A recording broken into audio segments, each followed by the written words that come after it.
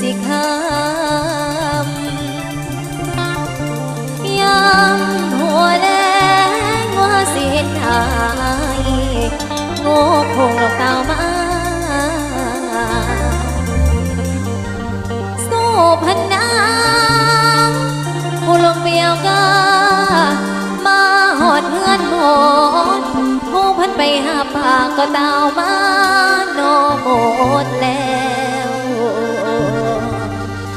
บาดว่าอายนี่นาลืมไปแซ่นอลงลม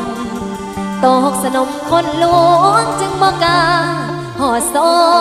งเขาโอ้ยปล่อยน้องนอนหนาวเศร้าหัวใจบ่แล้วคอยอายผู้บ่มาโอ้โอ้โอ้ยฮะโอ้ยละนะ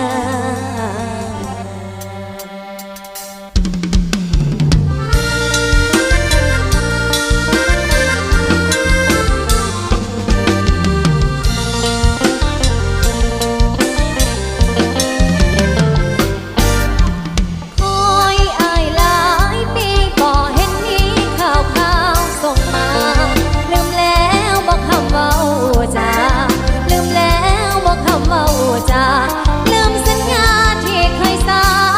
บาน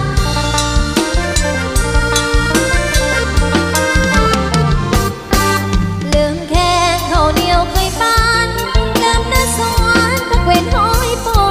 งลืมบ้านสัตว์เคยอยู่ลืมบ้านสัตว์เคยอยู่ลืมหัวสูตรที่เคยอยู่ร่วมกัน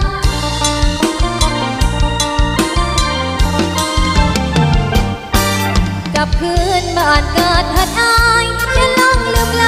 บ้านเฮาเลยนะน้องนี้ยังหลอกคอยทางน้องนี้ยังหลอกคอยทางมาเถิดอายมาสาวบ้านนายังคอย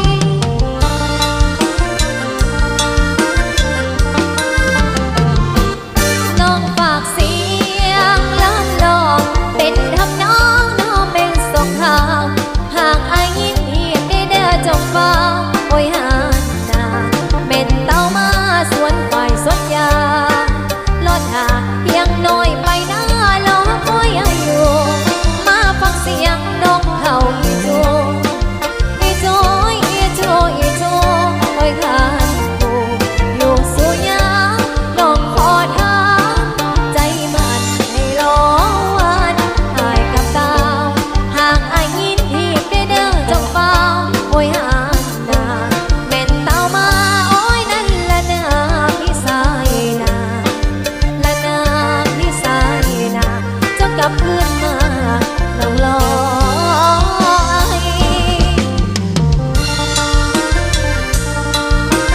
เกี่ยวเกี่ยวกันเด้อจ้าดึ๊บ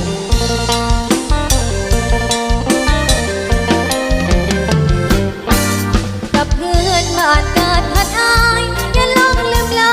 บ้านเฮาเลยนะน้องนี้ยังหลอกคอยทางน้องนี้ยังหลอกคอยทางมาเดินอายมาสาวบ้านนายังคอย